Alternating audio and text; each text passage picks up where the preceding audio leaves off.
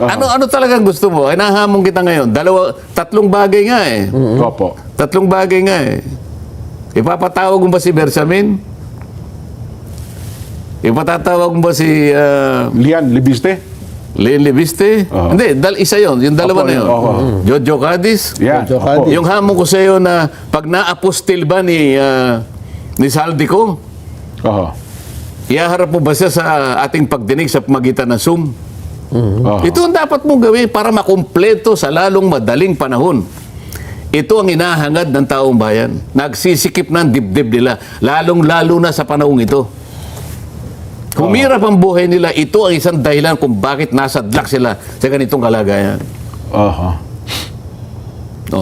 Yung sa nga mo, pag naipakita ko ba, yung kahilingan ng ating SP, dahil sa kanyang pananaw na maaaring dapat niyang i-endorse yun, Makakatulong naman talaga. makakatulong naman sa constituents. Dadalhin ba sa ombudsman yun? Pupunta ka ba sa... Hindi, tatawag ka ba ng ng presscon, oo. presscon at sabihin mo, tsakin nyo kung ito ay na-implement at na-implement bang mabuti ito. Ganyan.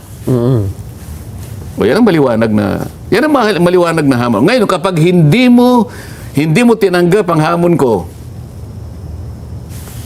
tao na ang huhusga sa'yo. Dahil mo ipatawag si Bersamin at saka si Congressman Leviste, tao na ang huhusga sa'yo. Meron silang resibo. Isabpina mo, duces tecum ad testificandum. Kasi dalawa yun eh. Yes po.